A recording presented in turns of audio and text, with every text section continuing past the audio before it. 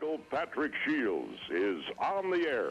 Good morning, world. Good morning, Michigan. A very pleasant Friday to you. There's not a more pleasant day than Friday, is there? I don't think so, and I'm sure you don't think so either. So let's get on with it then and get through it, and let's enjoy it along the way. Maybe Governor Snyder is enjoying his time in office now, maybe not, but his approval rating has fallen significantly, in fact, since the day he was elected. It fell to 44% from 59%. So when he went into office in January, Governor Snyder had a 59% approval rating. Now it's at 44. But if you look back in history, John Engler's job approval rating in March was 35%. So his approval rating fell even lower. And in some cases, they were similar sort of guys, and in some cases, even their administrations have some of the same personnel involved. So when you're making tough decisions and making tough cuts, you're not everybody's friend. And Governor Snyder yesterday at the Pancakes and Politics breakfast at the Detroit Athletic Club said nobody should be surprised by the contents of the state budget he unveiled 2 weeks ago. Quote, "I talked for 2 years in the campaign. I said I was going to do these things. I'm doing them." That's what the governor said. And they never talked, though, about taxing pensions during the campaign. That was a bit of a surprise. But it's typically, Governor Snyder says, this is what I told you I was going to do, and I'm going to do it. Gary Austin, Donald Rumsfeld is coming to Michigan. The Secretary of Defense for President George W. Bush, going to be in Grand Rapids next week discussing his new book, Known and Unknown, a memoir. It was recently released. He's touring to promote it.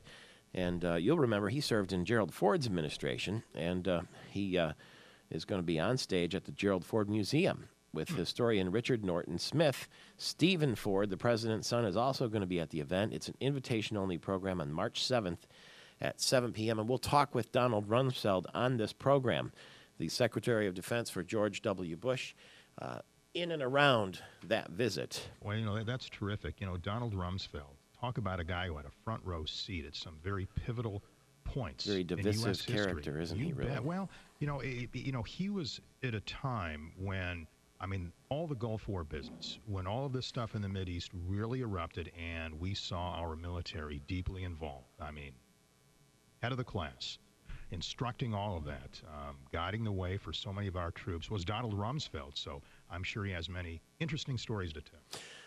This is a very sad story out of Fenville, Michigan. The varsity basketball player hit the game-winning layup in overtime on Thursday night, and the team finished 20-0, perfect season. And then Wes Leonard collapsed on the court and died at Holland Hospital. The cause of the death is unknown. It's got to be the worst nightmare for parents because you just never know. These kids, they're young.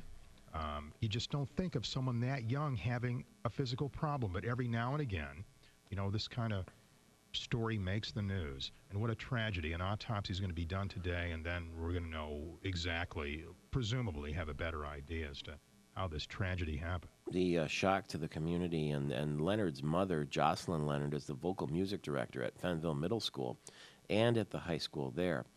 And the principal says that he was a kind young man, an all-American kid, everybody liked, outstanding athlete, who also strove academically. He had aspirations to go to college. He was really popular, someone that everyone looked up to. The game was tied 55-55 against Bridgman. Leonard drove the lane, sank the game-winning layup. Fenville wins 57-55, undefeated for the regular season, and then he collapses. Goes to Holland Hospital at 9:20, and by 10:40, he's passed away. We're going to talk with Dr. John Wyckoff coming up shortly about what may have happened and that dreadful, dreadful story. You just don't know if it's something internal, if it was sort of something that was internally wrong with his heart or his system, or whether it was the sudden jolt of excitement. At the time, an exciting time in this young man, hitting the game-winning shot like that, or a combination of the two. Again, the autopsy presumably will tell us that, but maybe not. We just never know about those things. So stand by for Dr. Wyckoff in about 5 minutes or so. In the meantime, General Motors is going to start laying off employees at the Delta Township plant? Yeah, this is all because of that terrible fire a few days ago. Magna Atrium, it's a big part supplier in Howell Township. And when that place caught fire, you just knew that this was going to cause problems for the production flow of parts and supplies to build the many cars and trucks for suppliers, not just in Michigan. We have a number of plants affected by this now. In fact, right next to us here in Delta Township, a very big supply outfit provides to that assembly plant making cars and trucks in this area in mid-Michigan is going to be affected. As a result, layoffs, temporary, of course, until GM kind of gets this in order here to figure out where to get supplies from, because the problem with this facility here in Howell Township, the terrible devastation because of the fire, now they have to look for other suppliers, and General Motors is not the only one who's affected by this. I understand Chrysler, too, their facility also being affected. The 150 positions will not be temporarily eliminated. They'll be permanently eliminated, we understand, at the Ingham Regional Medical Center. Yeah, this is an unusual story, and I don't know if this is the sign of the times or what's causing this, Michael Patrick, but bottom line is this. According to those, Ingham Regional Medical Center, this is in the Lansing area, and this facility is owned by McLaren Health Group, and that is a statewide organization. In any event, fewer folks are going to the hospital. Bottom line, because of that, the hospital says not as many employees are needed, so layoff notices will be going out shortly, as early as Monday. And, quite a few, between 100 and 150 will be out of work. Now, we're told, too, that those with the hospital are doing everything they can to try to find jobs for these folks who are going to be laid off at other McLaren facilities. So we should know more about that next week. Joan Bauer, the state representative, wants to ban guns in libraries. Have people been bringing weapons to the library? I guess, why in the world did anyone want to bring a gun into the library? But it happens, and apparently it happens enough where we have state lawmaker Joan Bauer from the Lansing area saying, well, we need a new law to crack down on this sort of thing because, I guess you just figure, some may say, why not? It's the right to bear arms and all that, but then you have the other side who's concerned. What if one of these goes off by mistake? So you have that ongoing argument there. But in any event, the lawmakers are going to take this up with the Republicans in charge of the House and Senate, and with a Republican governor. It'll be curious to see how this one goes. Under the Michigan law, there are places you can't bring guns like that. Then they sort of make sense, like sports facilities and daycare centers and schools. So to me, a library is kind of like a school. Yeah, but then you have the other side who says, it's that amendment right to bear arms, period, no matter where it is. So that argument is ongoing, and I bet you there are going to be some who are going to say, you know what, who cares where it is? Well, it's our right under the Constitution to bear arms, period. So, again, and that argument goes back and forth. Gas prices going up, huh? Oh, gee, every time we turn around. And guess what? The experts are saying this crisis in Libya, we were hoping this would be settled by now. Remember we were talking about this last week, and we figured sooner or later something would happen where Gaddafi, whatever, he'd either leave or they'd try to, all this unrest would somehow be under control, put under control, but it's not happening. And as a result, what's happening in Libya is impacting the ripple effect nationwide with these oil prices and all the uncertainty. And the longer this drags on, the more uncertainty is created. And anytime there's uncertainty, economic instability results. And whenever that happens, we talk about oil prices per barrel, they're not going down. They're going up. The longer this perpetuates itself, the more this is going to continue. And our gasoline prices will continue heading in the wrong direction. Any end in sight by summertime, $4 to $5 a gallon. That's what the experts are saying is a real possibility. Well, before we talk about too much job loss, Steelcase executives say they aren't going to need layoffs after all to trim the workforce. They got 370 employees to accept buyout offers. Yeah, Steelcase, a big supplier, has been a long time manufacturer of furniture and other products in mid-Michigan, the Grand Rapids general area there. And boy, I guess that's good to see. 9 months of pay. Yeah, 9 months of pay and benefits in exchange for walking away. That's tempting. That would be tempting, wouldn't it? That is, and these companies, they don't have to do that. There's nothing in the rules that say they have to provide that sort of thing, so it's nice when we see that, where a company can go out of its way like that to help its employees. So why don't we make the folks, the management at Steelcase, maybe our Northwood University Leader of the Day for taking our employees and what a great idea there. Why not? The executives of Steelcase are our Northwood University Leader of the Day. Northwood University celebrating 52 years of producing leaders. They have a campus in Grand Rapids, and congratulations to Steelcase. Now, there's an audit saying that we don't have enough parks in Grand Rapids. Yeah, more parks. Not enough. Here's the thing: the parks in Grand Rapids are great. That's what the audit says. But when we compare Grand Rapids, the general area, to other parts of our state that have, parks, by comparison, when we take into account per capita population and all that, in the Grand Rapids area, there are not enough of them. So the bottom line, great parks in Grand Rapids, but we need more. Here's President Obama yesterday. He made a long-distance phone call to the Space Shuttle Discovery. That's a pretty good metaphor for how we need to live and work together productively in space and maybe back here on Earth. Yeah, because there are astronauts and cosmonauts living up there together, and the president told the commander that he's spoken with his twin brother Mark and got an update on the recovery of Mark's wife, Arizona Congresswoman Gabriella Giffords. We'll hear more of that audio when we get back, as America is in space at the moment. Not for much longer, though. Stay tuned. He's Gary Austin. It's Michael Patrick Shields, and it's Friday. So that long-distance call between President Obama and the Space Shuttle Discovery, when the shuttle lands, Discovery will have completed 365 days, a full year in orbit before it is retired, if you combine all the missions together. And Obama praised the hard work of the crews of the Space Shuttle Discovery and the International Space Station.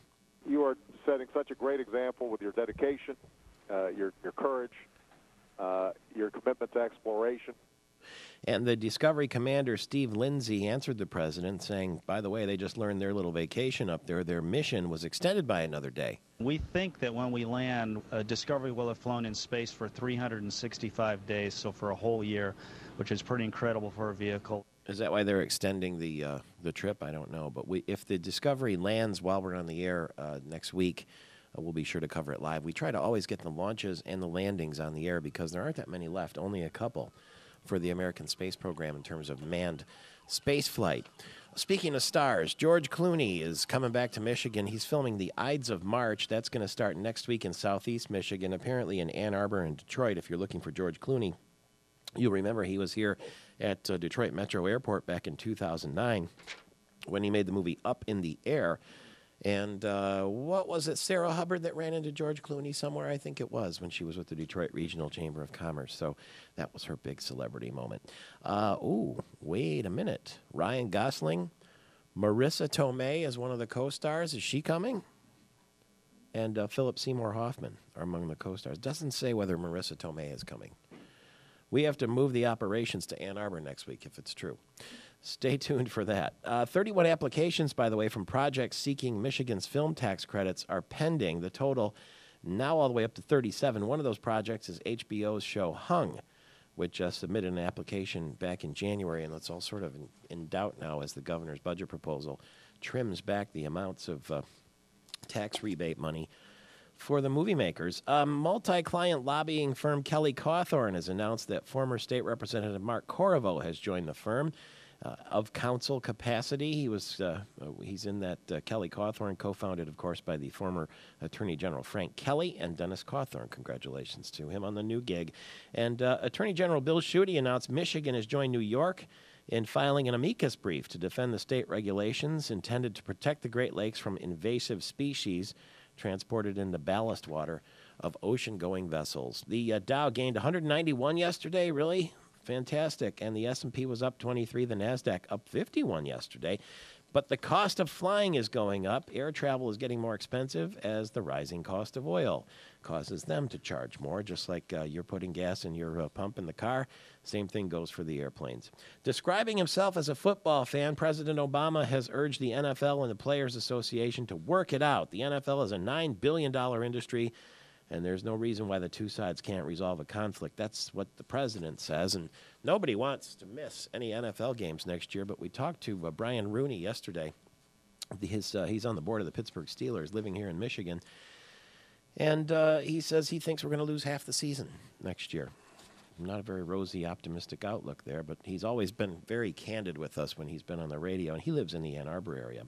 There's a recall of 50,000 Mazda vehicles because spiders, a certain type of spider, seems to love this car and builds spider webs, causing fuel tank cracks and leaks. They restrict a vent line. It results in increased pressure for the fuel tank, and so, for whatever reason, these little spiders are bringing down Mazdas. American Idol talent judge Paula Abdul, I guess she didn't have the best Valentine's Day this year. She made a frantic call to 911 shot while she was taking a drive with her boyfriend near Santa Barbara, California. And we have a bit of that audio, do we? Hello? Yes, I'm on the 101 freeway. Traveling northbound. Okay. I'm in a Mercedes, a white Mercedes. I want out of this car, and he won't let me. Okay, who is it that you're with? And what exit or off-ramp are you near? Where are you near on the 101? Okay, can you give me an exit in Santa Barbara? I'm coming up to California. Are you going to drop me off? Are you going to drop me off because I have an emergency on the phone? Oh, my God. Ma'am, can you please... Are you at Seaward, ma'am? Are you south of Seaward? He's dropping me off. What kind of car are you in? Yeah, that's Paula Abdul on Valentine's Day. Yikes. She is quite a lightning rod, isn't she? No matter what she does, she's at the middle of a bunch of controversy. That was awful and very, very dramatic. By the way, when I was in Telluride last weekend, there was a ski guide I was with, and I said, "You must run into celebrities. There's lots of celebrities in Telluride." He said, "Yeah, I do. I don't talk about it too much." I said, "Well, give me the best one." He said, "Well, all right. I took Paula Abdul on a snowmobile ride one time." And I thought, that's pretty good. Not bad. We never let the birthday of a beautiful woman pass without taking note. Paula Prentice is 73 today. Stepford Wives and Where the Boys Are and all that stuff. Happy birthday, darling, to you. And Patricia Heaton is 53 from Everybody Loves Raymond. Quick couple seconds of sports. Wow, the University of Michigan basketball team is recruiting a player who is 7'4". 7'4", 345. Yeah, there goes Tony Cuthbert with the Victors. This guy is unsure whether he's going to sign with a college or wait until 2012, according to Huntington Prep coach Rob Fulford. But what a giant he would be. 7'4", 345. Tigers lost again yesterday. That's 2 in a row, this time to the Atlanta Braves in the afternoon. Max Scherzer gave up 1 hit and struck out 1 in 3 innings of work. The Tigers are going to continue Grapefruit League play this afternoon as they host the Baltimore Orioles in Lakeland. Later in the hour, Dan Lepp will be with us, the president and CEO of Blue Cross Blue Shield of Michigan. There's a play about Ernie Harwell that you can see now, and we'll play a little bit of Ernie Harwell audio. That'll make you feel really good. Tigers have also signed the final 5 players. That completes their 40-man roster. And researchers at Boston University have found a degenerative disease in the brain tissue of former Red Wing Bob Probert. They're studying the effects of concussions and head trauma. You'll remember he died from heart failure last summer, and concussions are up this year in both the NHL and the NFL. There seems to be a lot more awareness and some research into that. Jeremy Shockey has signed with the Charlotte, the Panthers, I guess. They're Carolina Panthers after being released by the New Orleans Saints, and A.J. Hawk has re-signed with the Green Bay Packers. There's a 24-hour extension in the NFL and the Players Association as they try to work things out. But what's 24 hours when they've been negotiating or not negotiating for months and months and months and months? Here in our Gillespie Group storefront studio this morning on the Avenue of Michigan, we welcome Rob Fowler, the president and CEO of the Small Business Association of Michigan. Good morning to you. Morning, Michael Patrick. You, nice to see you here so bright and early, and you brought with you Graham Toft, the lead researcher for something called the Scorecard. Good morning to you, sir. Good morning, Michael Patrick. We have lots of small business people listening to this program, and big business people, too. What's your take on the current climate in Michigan? We've had quite a severe change with a new legislature and a new governor. Well, we're looking forward to working with this new governor, new legislature. Actually, for 7 years, we've been doing this scorecard. It's an entrepreneurship scorecard, so it really it gives us the ability to look at how Michigan fares relative to the other states through the lens of entrepreneurship, small business development. The short answer is we're not a leader in the country in entrepreneurship, but because we've been doing this for a long period of time, we can begin to see what we're good at and what we're not so good at. And Dr. Toft is somebody I've known for a long time. He's done work in multiple states in this area of scorecard development, and really has done a great job of putting together this benchmark report for us so that we can see how we do relative to other states. Well, let me ask you then, just out of curiosity, which state in the United States is the best for entrepreneurs? Right now, I would say it's mainly some of the western states. You can't point to one, but certainly Utah has been doing well recently, Idaho, and then the Mid-America states, the Texas, Oklahoma, Kansas, the Dakotas, That's where the dynamism has been, especially leading up to this recession and through the recession. They've held up better. And by the way, even California. It has. Even though we hear such sad news about California, the entrepreneurial vitality there is quite remarkable. What's the worst state in the union for entrepreneurs? Oh, my gosh. Do you really want me to talk about worst states? Well, we're benchmarking, right? Right. We're not the best, we're not the worst. Well, it's some of the eastern states, New Jersey, Pennsylvania, Ohio. We're not the worst. No, New Jersey, I think I mentioned. And this varies, of course. As you know, what we're trying to do is measure change. And so I'm talking about what's happened the last 2 or 3 years. These data go back using 2009 data because we're comparing all states. What's the best reason to come to Michigan then if you're an entrepreneur, or to stay in Michigan, or start a business here? Well, there are several reasons. First reason is Michigan has a fabulous research and development infrastructure, you would call it, both on the university side and the industry side.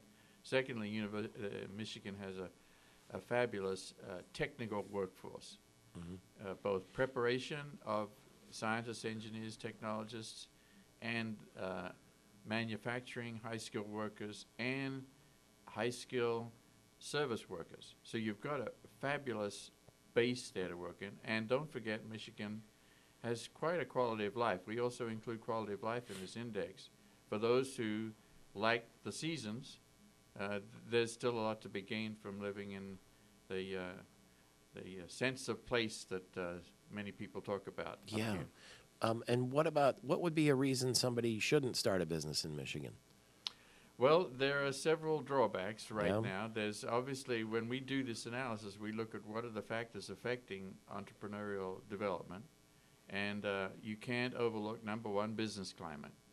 Because don't worry so much about policies or programs, rather, that encourage entrepreneurs, but certainly first build the foundations of a good tax climate, regulatory climate, a conducive atmosphere, even within schools and universities to encourage entrepreneurial thinking and so forth. Those kind of things are things that we need to work on in Michigan. Yeah, I guess if I could totally simplify it, it would be don't invite someone to sit in your living room if there isn't a nice spot on the couch, right? Right. Exactly. Simple as that. Right. You can spend all the money you want sending out invitations, but once they get here, it's not Right. comfortable. Ball game over.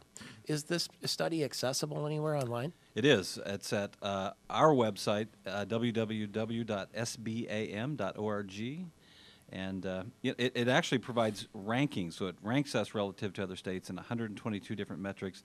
It's actually kind of fascinating when you look at issues like water quality. We're number 1 in the country in water quality, number 4 in the country private sector research and development. We're number 50 in the country in small business payroll growth, 50 in large business payroll growth. Yikes. And I don't think either of those surprise us a lot, but you know, it's an interesting look to see how we rank relative to the other. SBAM.org. SBAM.org. Right. Nice to see you again, and thank you very much, Mr. Toff, for being here so early. It's Michael Patrick Shields. More of your Friday. We'll do a check of the market again when we get back in 4 minutes. You know, we just talked about the space shuttle and the fact that President Obama was on the phone yesterday with the Discovery space shuttle. It's the last flight of Discovery, and once they land, Discovery will be mothballed and sent to a museum or wherever it's going to end up going. But the United States Air Force's secretive X-37B space plane is going to launch its second mission on Friday. Exactly what it's doing once it leaves the ground is a mystery. It's a robotic mini space shuttle, and it's going to lift off from Cape Canaveral, Florida, on top of an Atlas V rocket. The launch window is at about 3:39 p.m., according to the United Launch Alliance. This is going to be the second space mission for the Air Force's X-37B space plane program. But the first time this particular plane is going to go up there. They launched one in April 2010. It returned to Earth after a successful test flight. The details, though, are classified. Nobody really knows what it is, what it does. It's an unmanned space shuttle. And it's got a blunt nose and stubby wings. And it's like a miniature version of the space shuttle. And it was part of the NASA project, but it's shifted to the military when the funding ran dry at NASA. So What are they doing? What are they launching? What is it going to do? It lands horizontally, just like a space shuttle. It goes up on top of a rocket, and there's no one even on the ground with a joystick flying it. Secret stuff for this orbital test vehicle. While we'll have lots of publicity for the landing of Discovery, it will be secret what they're doing with this other little sort of space plane. 41 minutes after the hour, Michael Patrick Shields heard all across the state of Michigan. Jamie Westenbarger is with Forest Hills Financial, a registered principal of Invest Financial, and the president of Forest Hills Financial Incorporated. I have to tell you, Invest is not affiliated with Forest Hills Financial. Opinions expressed are those of Jamie and not necessarily those of Invest. Good morning. How are you, sir? Good morning, Mike Patrick. How you doing? I'm smiling because the Dow was up 191 yesterday after what seemed like a rough and tumble week. Yeah, and looking to take off again today. So the jobs report has everyone feeling warm and fuzzy about what's going on, as we're kind of seeing unemployment is projected to be at 9.1, which is down pretty significantly from what we just saw a couple months ago. And everyone expects the jobs report to come out today and announce there were, a couple hundred thousand new jobs in February. So. Mm-hmm. How badly are the rising oil prices affecting the stock market, if at all? Well, the stock market seems to be, cognizant of it. There's obviously when there's issues over in Libya or whatnot, it's one of the reasons we saw some of the instability and some of the prices in the market go down. Oil, of course, causes concerns for consumer spending and inflation and things like that can have effects on the overall market. But one thing to keep in mind with that, too, is, number one, we've gotten kind of used to $100 oil. And, seems like every spring or summer we end up there one way or the other. So the economy, to a certain degree, has started to kind of just absorb that and take that in stride. And then the other thing is when you look at the market, there are quite a few oil companies, oil-producing companies, oil refining companies, and things of that nature that all make their money off of oil, and the price of it going up usually doesn't hurt the bottom line of a company like ExxonMobil, which, or BP or any of them that employ a lot of people in this country. Somebody said to me the other day, well, the only way to mitigate the rising gas prices is to buy stock in the oil companies. Does that make any sense? Well, we never want to make a blanket recommendation like that, but, when you see profits coming in, one thing I heard someone say to me was, well, yeah, it hurts at the pump, but at least I see it in a dividend. Yeah, that's so. Not necessarily a reason to go buy one, but maybe something to consider when you're looking at everything overall.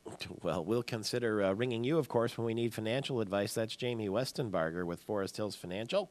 It's a registered principal of Invest Financial. He's the president there of Forest Hills Financial in Grand Rapids, and you can find him at Invest. It's 44 minutes after the hour. Coming up shortly, Dan Lepp, the CEO of Blue Cross Blue Shield of Michigan, is going to talk about his late friend, Ernie Harwell. And the story with Dan Lepp is that, like a lot of us, he used to listen to him on the radio in bed on the transistor when he was a boy. And who would have believed it, that you'd grow up knowing the voice that you heard on the radio? And his story will come next. You'll get to hear the voice of Ernie Harwell, too, coming up shortly, because after all, that was like music to a lot of our ears, wherever you were in the state of Michigan. Ernie Harwell, who left us last year after a very long and rich life, and they've created a play about Ernie Harwell that you'll be able to see in time for spring. So stay tuned for that. That's coming up shortly. It's nice to talk about baseball and Ernie Harwell as we've turned the corner, according to John McMurray. We're out of the worst of it when it comes to the weather in the state of Michigan. I asked him if it's time to put the shovels in Cosmoline yet.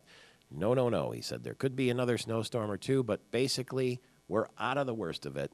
And doesn't that make you feel good? You can find us at MichiganTalkNetwork.com any old time you want. You can connect to us there through email, through Facebook. You can watch YouTube examples of the program. All of it's there at MichiganTalkNetwork.com. And I'm Michael Patrick Shields. We're back in 4 minutes. Good Friday morning to you. Very good friend of the show and a very good friend of the state of Michigan, Dan Lepp, the CEO and chairman of Blue Cross Blue Shield of Michigan, on the other end of our line, bright and early this morning. Good morning to you, Dan. Very, very good. I wondered if you're going to be able to stay up late last night and see what happened to the Red Wings out in San Jose. And since maybe you weren't able to because you're up working so early this morning, here's the report from radio broadcaster Ken Cal. Thanks, Michael Patrick. Danny Heatley netted a pair of goals, leading the San Jose Sharks to a 3-1 victory over the Red Wings last night at HP Pavilion in San Jose, California. The Sharks have won 8 straight hockey games. Both teams traded goals in the first period. Heatley scored for San Jose. Thomas Holmstrom netted a power play goal for Detroit. Heatley scored the second goal of the game at the 3:54 mark of the second period, while Thomas Holmstrom was off for hooking. Sharks led 2-1 after 40 minutes. Patrick Marleau rounded out the scoring with a late third period tally. San Jose outshot the Red Wings in the contest 28-27. Again, the final score, Sharks 3 and the Red Wings 1. That's the story from HP Pavilion. Now back to you, Michael Patrick, in the studios, and have a great weekend. You too, Ken. Thank you very much. Dan, it seems like it's tough for the Red Wings to play hockey in California, isn't it? Yeah, they're playing, I think they're playing 4 games in 6 days. And, if you can split on the coast, it's like the Tigers and anything else. If you can split, you're doing okay. Tigers lost again yesterday, too, 4-3 to the Braves. But now that they're on a 2-game skid in the Grapefruit League, we thought we would warm things up with the voice of Ernie Harwell. And you remember on their first spring training game, he would always read from the Song of Solomon. But let's pretend you're back in your East Detroit bed as a little boy, and you're trying to fall asleep and trying to stay awake. You got that transistor radio next to your ear, and here's the voice of summer. Infield in double play depth for the Mariners. They've had a lot of ground balls so far today. Here's the pitch on the way. He swings and fouls it off. It'll reach the seats over back of the Tiger dugout, and the man from Walla Walla will take that one home. Set the pitch. He swings. Bounding ball. Stopped by Truby. Throw to second. One. Relay to first. 2 for the price of 1 for the Tigers. A great play by Truby to end the third inning. There's a breaking ball in for a strike, and he stood there like the house by the side of the road and watched it go by. Struck him out. That's the third strikeout for Holiday. Right-hander against the right-hander. The outfield is straight up and deep on Fielder. He is the DH today. Swing. There's a drive to left. That one is long gone. Fielder weighs into that first pitch with his 29th home run of the year. The Tigers have just finished their 2002 season, and I've just finished my baseball broadcasting career. And it's time to say goodbye, but I think goodbyes are sad, and I'd much rather say hello. Hello to a new adventure. I'm not leaving, folks. I'll still be with you, living my life in Michigan, my home state, surrounded by family and friends. And rather than goodbye, please allow me to say thank you. Thank you for letting me be part of your family. Thank you for taking me with you to that cottage up north, to the beach, the picnic, your workplace, and your backyard. Thank you for sneaking your transistor under the pillow as you grew up loving the Tigers. Now, I might have been a small part of your life, but you've been a very large part of mine, and it's my privilege and honor to share with you the greatest game of all. Now, God has a new adventure for me, and I'm ready to move on. So I leave you with a deep sense of appreciation for your long-time loyalty and support. I thank you very much, and God bless all of you. God's newest adventure for Ernie Harwell began last year when he left us on this earth. Dan Lepp, you were close to Ernie Harwell as an adult because Blue Cross Blue Shield of Michigan had a special relationship, and now you're going to honor him in a stage play, I understand. Yeah, we've teamed up with Mitch Album and the Village organization. Mitch has written a play called Ernie, and it really, I'm told as I look at it, this is unprecedented. Things that Major League Baseball gave Mitch putting the play together. I mean, he wrote it, and there's used backdrops of live footage and both audio and video that the archives let them borrow for the play. It's at the old Second City Theater next to the Fox, and we're hoping next to the 28th. Actually, we're really excited about it because it gives us a chance to celebrate Ernie and allow thousands of people the 6 or 8 months to sort of enjoy it. I mean,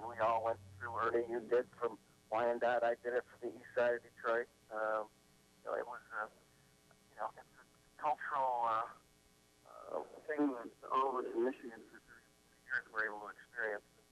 Mitch, who is a brilliant writer, put together this play, and we are the presenting sponsor of it, the Blues are Bluegrass Shield of Michigan, and we're looking forward to being part of it. It sounds like it's really going to be quite an experience for folks. Well, we'll make sure that everybody knows the dates, the times, the places, and all the rest. And to borrow an expression from Bob Uecker, we hope we're in the front row with Dan Lepp. Travel safely, and thank you for bringing us a little of Ernie Harwell again and honoring his legacy in this fashion. It's a stage play about Ernie Harwell, and we'll let you know all the details as soon as we can. That's Dan Lepp, the CEO and chairman of Blue Cross Blue Shield of Michigan. One of those kids that Ernie talked about, having the transistor tucked under the pillow. 3 minutes before the hour, Michael Patrick Shields back with more of your Friday, right after the news. How you doing, Michigan? How you doing, Gary Austin? It's Michael Patrick Shields at 8 minutes after the hour. That's pretty good. Who you trying to be? That's my Tom Izzo impression. How you doing, Gary? How's it going? Well, does that sound like him? How you doing, Michael Patrick? Yeah, we appreciate getting to know you guys. I appreciate you having me on, and I'll look forward to listening to you. How you doing, Tom? Hey, that's great. You know what? Doesn't that sound like him? Michael Patrick, yesterday you were doing a sort of Rick Snyder, and give us your best Governor Snyder when questioned. So what's your top priority, Governor? Well, I'm really just focused on fixing Michigan. I'm not paying attention to any of the other things, you know. I'm doing what I said I'm going to do, and my approval rating is down. I don't care. I'm just focused on fixing Michigan. I don't really pay attention to approval ratings. Perfect. That's not accurate. I mean, he might not have heard me the right way. No, I heard you the right way, Governor. That's what you sound like. I mean, come on.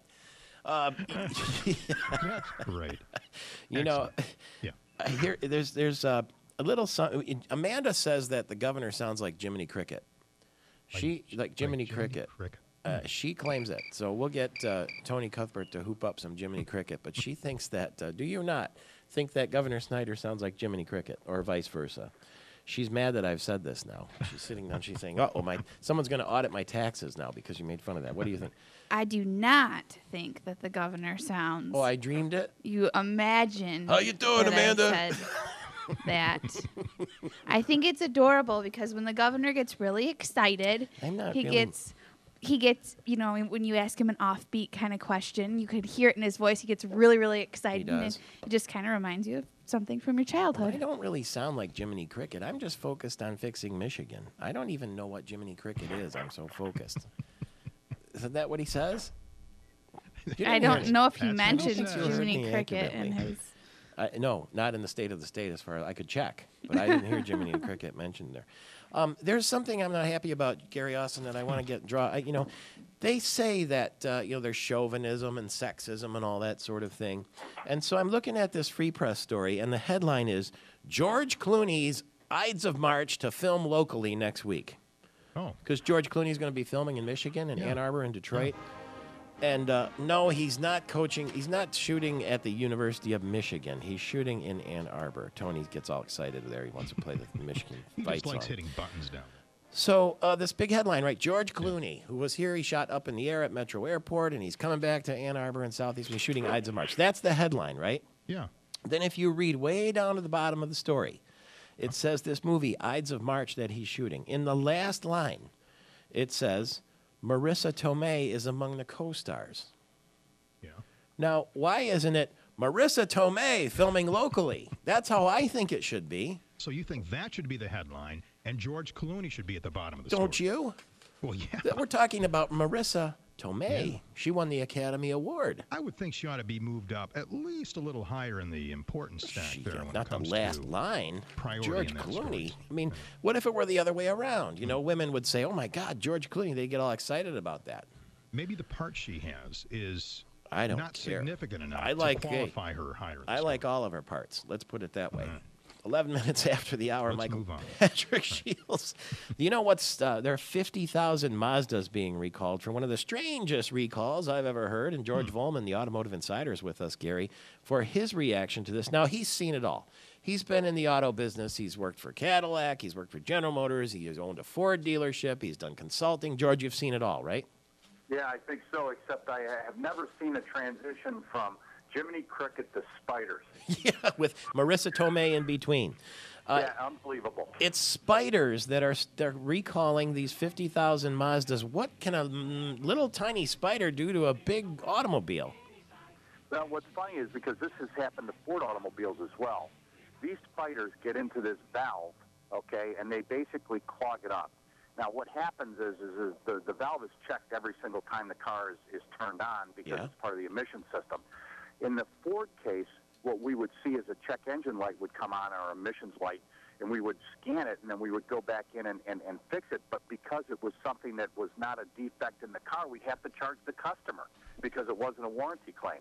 In the case of the Mazda, apparently it builds up a certain amount of pressure, and that pressure can't be relieved properly, so they had to change the relief valve programming to allow it to blow out whatever it's supposed to blow out, and maybe that'll take care of the spider. But that's a weird recall, but we've seen it before. Anything serious here, George? I mean, could something bad result because of this?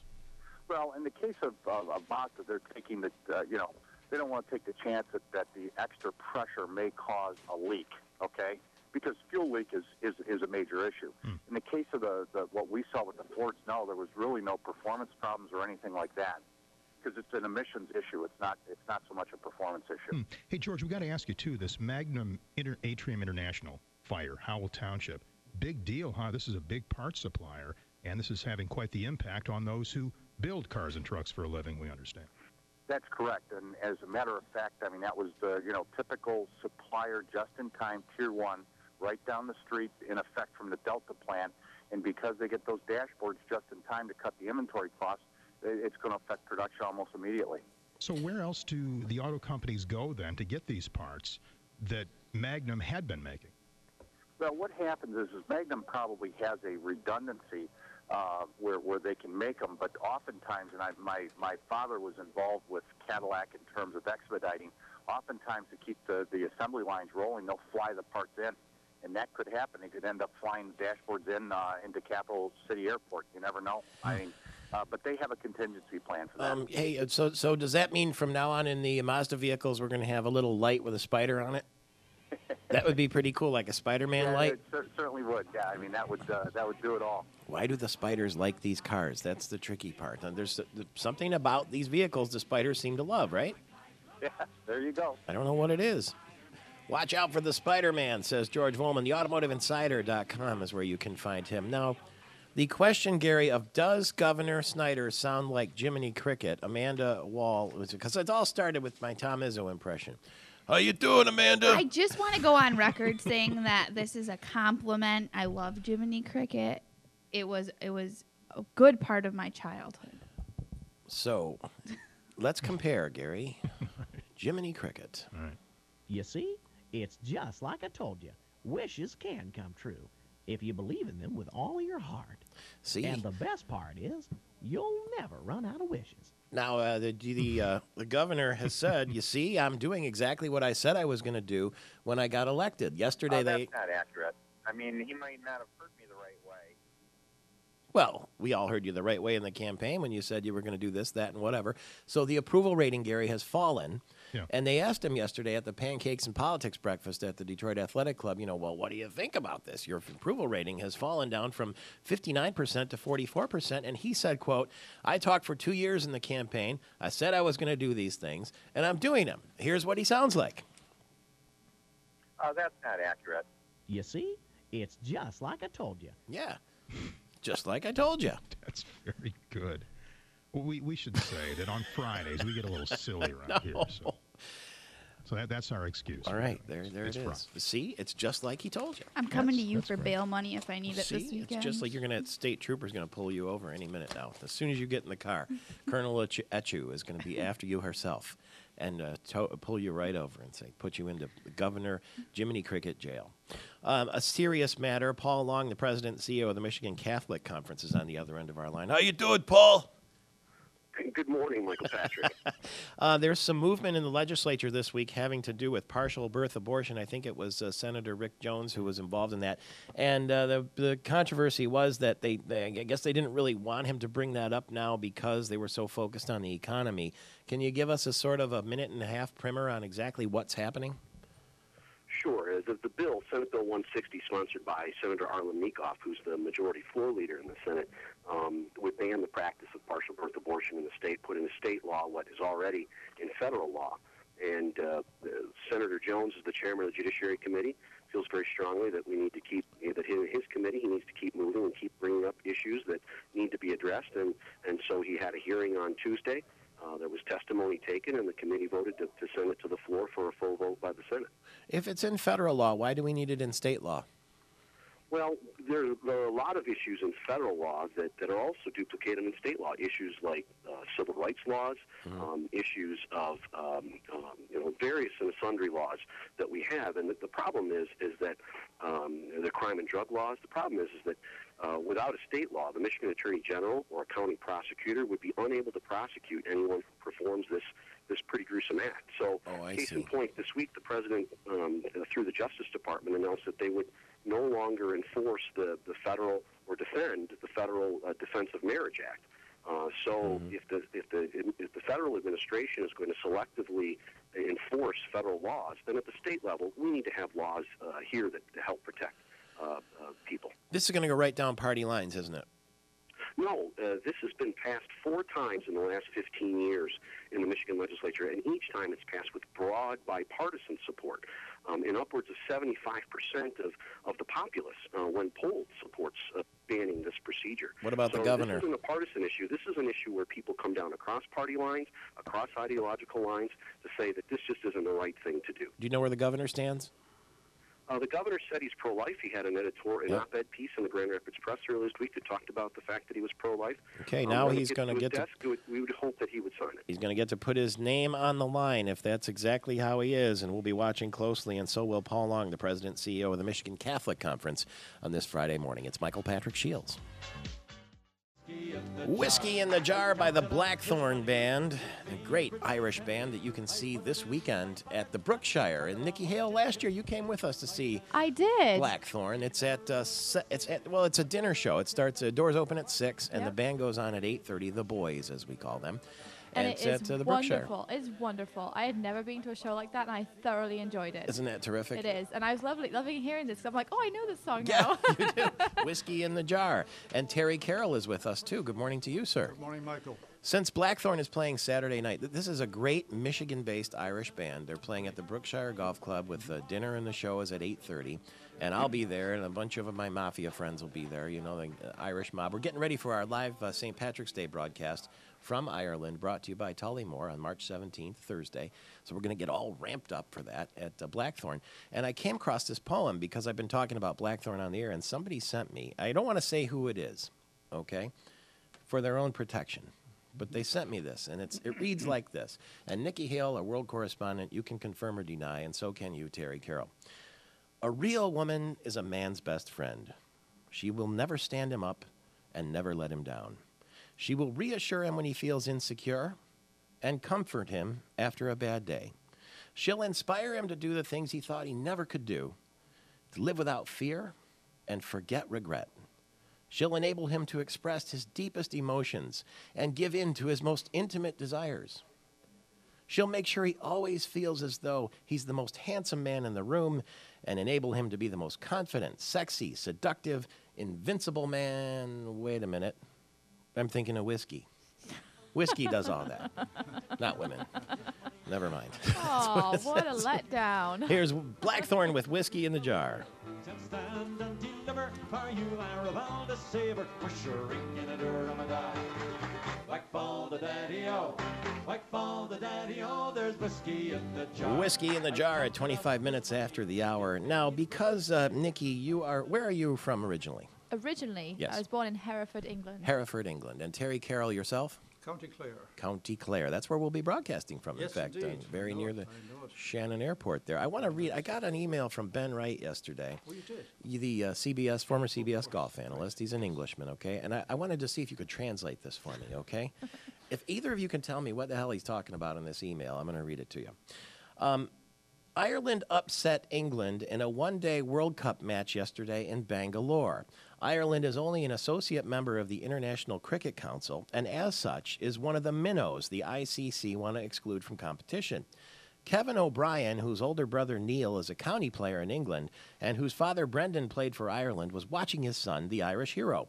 He scored the fastest century in World Cup history.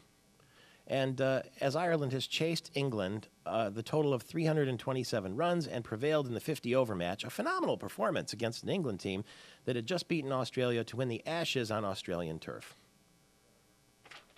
What does all that mean? The Ashes, that is a very traditional English versus Australia.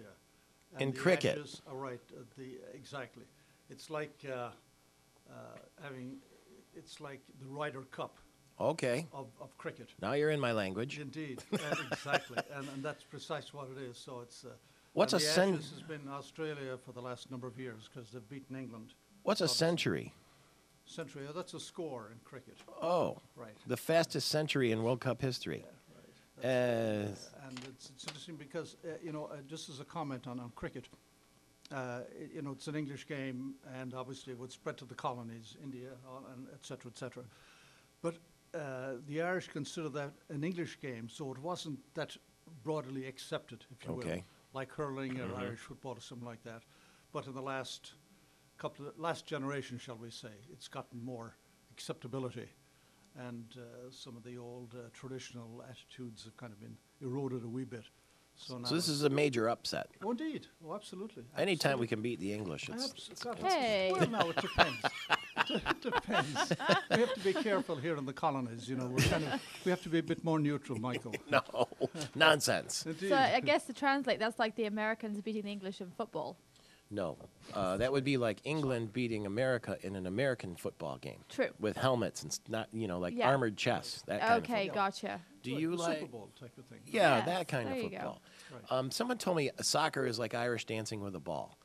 That rugby is legalized brutality, and that Aussie rules football was really the only one. And now, did you follow cricket? I don't. My stepfather Put does. you right to sleep, doesn't it? It just takes too long for me. It's a whole day event. I mean, Yeah. my stepfather literally leaves the sofa to get a coffee and a tea and comes back and Yeah. he's just glued. And I could get so many things done. It's just not for me. It's unbelievable, even for you. Did either of you get your invitation to the royal wedding yet? I've missed it. Oh. But then I've been out of town. You haven't checked your so box? I have not. Yeah, I Right, see. exactly. What's probably Right, in there? right. Nikki Hill, what about you? Oh, I got mine via Entertainment Weekly, and I'm invited to a media frenzy, apparently. Oh. So I'm going with that. I don't think if you show up at Westminster Abbey with that magazine, they're going to let you in. Oh, what? It says on the It front, says though. I'm invited. You're invited to the media frenzy, which means none of us will be able to escape it. But they are going to do some strange things at this wedding that are sort of unusual. They've got some celebrities coming. Elton John, I heard, is going to be there. And no Yeah. President Obama, though. No President Obama, but there are some other heads of state that are coming. And I think it all stems from whether or not they were engaged with Princess Diana in, friendship, courtship, Oh, I see. whatever. And I think that's where that comes from. All right. And President Obama being new and not really having that past relationship was excluded. I mean, if you think about it, everybody wants to go, and you can't have everybody showing up. So they had to select who they thought was appropriate in their minds, obviously. It's not a slight against the President of the United States? No, I don't think so. No. You don't? No. Now, Terry Carroll, you see, not only is he a handsome man from County Clare, he's also got an instrument with him. I do. God help us. Well, can we see it? You could. Can we see your instrument? Nikki, do you mind if he shows you his instrument? I don't. There's normally a fee for this, Michael. Okay, don't show the A game for free. Right, it's the old bagpipe there. Very simple instrument. What is the real name for it, though? Right, this is actually the Great Highland Bagpipe. Okay, to be precise. that's what you're going to play for us. Indeed. And you'll be doing this at your Glen Aaron Pipe Band is going to be at the Grand Ledge Irish Festival? That is correct. Right. When is that? This is going to be on, the weekend of the 11th and the 12th of this month. And it's the 8th annual St. Patrick's Day celebration, if you will. It's a big hoolie, I hear. It really is. And it's some of the local lads on the committee, Hogan, O'Shea, and some of the other Irish mafia out there. They're actually very well organized lads, and they got this off the ground several years ago. So the Friday night is a fun night. It's at the Grand Ledge Opera House. Doors open at 6. There'll be some Irish step dancing. The Glen Aaron Pipe Band will be playing. And there'll be some other musical groups there, sing along. And of course, some beverages will be consumed. So that'll be very nice. And then it's interesting. It's a community effort. The entire town is open up, all the stores, the pubs and restaurants are all open that evening. Then Saturday the 12th is the big parade. That steps off at actually 1:45 in the afternoon. And through downtown Grand Ledge. And that's really grown. The weather, we hope, is going to cooperate. And then that evening at the Opera House again, there's going to be the Canadian Pipe Band that's going to be invited. They'll be there playing that night. And there'll be a dinner at 5:30 and some other Irish entertainment as well. That's at the Opera House, which is a lovely facility. You've probably been there, and it's a great resource. Is there a sort of a central website or anything? Yes, there is, as a matter of fact. I'm glad you asked. And it's a very simple one. It's glstpats.org. For Grand Ledge. glstpats.org. Very simple. Correct. Are these events expensive to get into? They're not at all. Okay, good. Matter of So fact, family and kids, and right. you name it. Very good. And you will be performing. And what would you like to? There's an old saying that it's the Irish that really invented the bagpipes, but the Scots never got the joke. Well, this bloody chair is attacking me here. I know that chair is terrible. Do you prefer to stand when you play or sit? Yes, right. Would you play a number for Nicky Hale and the rest of us? I would. Fair enough. Right. What would you like I'd like to? to know the comment about the pipes you mentioned. The Irish really invented the bagpipes. Well, not really. Scots never got the joke. Well, they don't get any jokes. Oh, they do, mind you. Right. It depends on the context and how much has been consumed. County Clare is beautiful. When's the last? What do you love about County Clare? Well, I think there's the variety of the terrain. You're on the Atlantic coast to begin with, so you've got a little bit of variety there in terms of the terrain, the topography, etc. A lot of bays and inlets.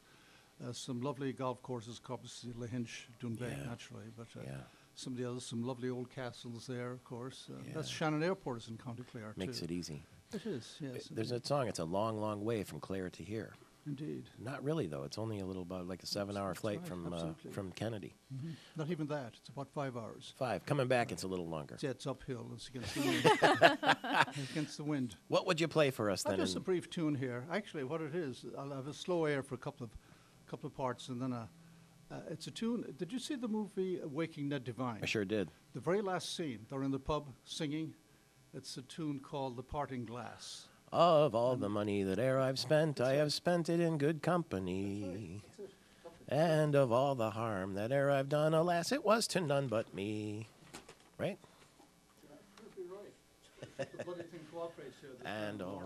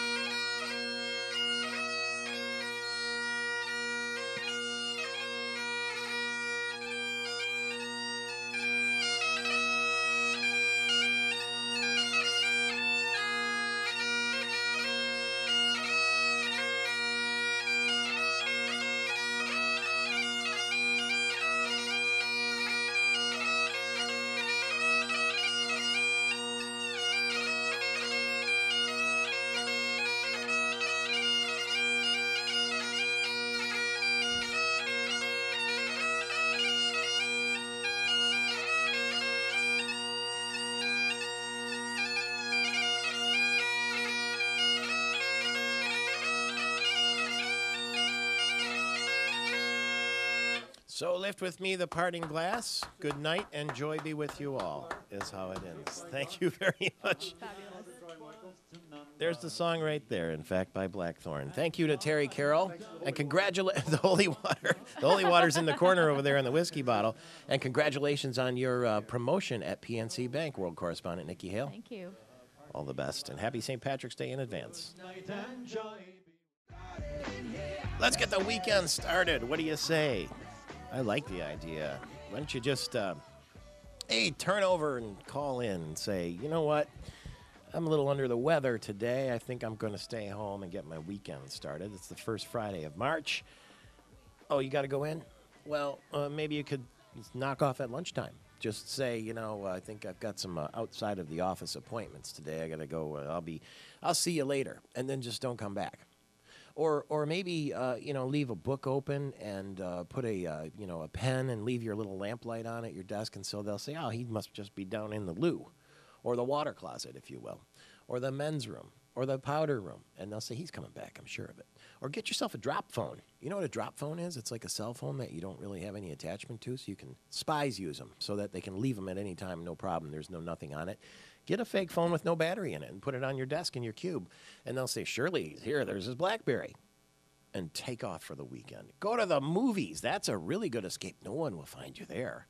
Will they, Ron Van Timmeren from Celebration Cinemas? Good morning. No, it's nice and dark in there, Michael Patrick. No one will see you. It's a good hideout. Now, we're still basking in the glow of the Academy Awards, but everybody's back to work. George Clooney is coming to Michigan next week to shoot this movie called The Ides of March in southeast Michigan. And I was laughing earlier because the headline is George Clooney's Ides of March to film locally next week. And then you read all the way down in the bottom, and it says that Marissa Tomei is among the co-stars. Why isn't she in the headline? That's what I say. Well, yeah, she's your favorite, too. And, well, she just hasn't quite achieved the Clooney status yet. I guess that's she's working on it. But does Clooney have an Academy Award? Nominations for sure. Boy, good question. He deserves it. I don't know. Let's just give one. I know Marissa Tomei has Academy Award. She got that from My Cousin Vinny. Absolutely, the mistake. So come on, let's see. Let's get top billing where it belongs. Anyway, if you want to see any of those nominated films or the Academy Award winners, can you still do that at Celebration Cinemas? Well, some of them are still in theaters for sure. Black Swan, The Fighter, True Grit, and I'm pleased to say The King's Speech is playing at all the Celebration Cinema locations, which means just about everywhere in Michigan there's a chance for you to see the King's Speech Best Picture on the big screen. And what does anybody dare open a movie this weekend? Oh yeah, there's a big group, 4 new ones this weekend, including one that could hit 50 million this weekend. That's what they're predicting for Rango. What's that? What's Rango, you say? It's an animated movie directed by Gore Verbinski, who did the Pirates of the Caribbean movies. Stars all-star voices, including Johnny Depp playing the cowboy chameleon hero. Variety says, looks and feels nothing like tunes that have come before, and that's good enough for me. I hear it's a very good movie. 89% fresh on RottenTomatoes.com today, Michael Patrick. That's awesome. All righty. What else? The Adjustment Bureau, Matt Damon, Emily Blunt, a little Inception meets Bourne, political thriller, romantic, sci-fi, fantasy thriller. I got a lot of ingredients. Good reviews for that today. 69% fresh on Rotten Tomatoes. Yeah, that's the one where they say, his future is controlled by some menacing guys in fedoras and jackets. Yes, angels and top hats. Yes, they're controlling our lives, don't you know? And they don't like it that Matt Damon wants to hang out with Emily, but true love must conquer, don't you know? We'll see about that at the ending. What else is out? Beastly, a high school non-musical version of Beauty and the Beast, starring Alex Pettifor, that guy from I Am Number 4, along with Vanessa Hudgens, Neil Patrick Harris in that, rated PG-13. And then Take Me Home Tonight, an R-rated trip back to the 80s and the end of summer party, coming of age, if you will. Topher Grace, Anna Faris, Dan Fogler star in that. So 4 pretty good choices this weekend. Take Me Home Tonight. All right, and then next week there's a big that big new movie with the train crash. What is that? You remember what that one's called? Where the guy wants to keep reliving. These movies are somewhat similar, where there's somebody controlling what's going on beyond what we're all seeing on the surface, right?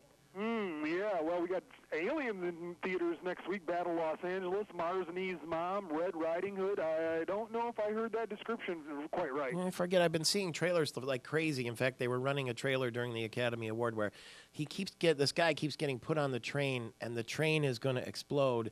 And if he can find the bomber before the train explodes, he can change the course of history. And he keeps doing it, and the train keeps exploding, and they keep putting him back in time to try to fix it. Ooh, wow, you've stumped me, Michael Patrick. Are we figure out what this is? That sounds awesome. Just because you're paranoid doesn't mean people aren't out to get you, right?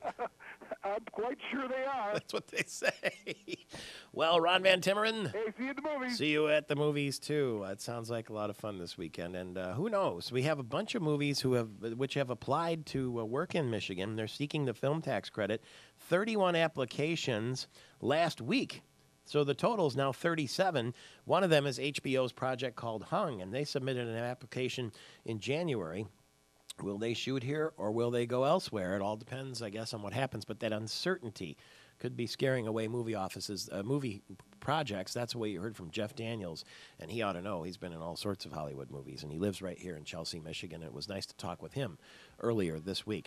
Right then. We will be back in 4 minutes. I'll give you the full sports report, and a Major League All-Star pitcher will join us. What's going on with the Tigers, and we'll bring you up to date on the rest of the news, too. It's Michael Patrick Shields. It's Friday.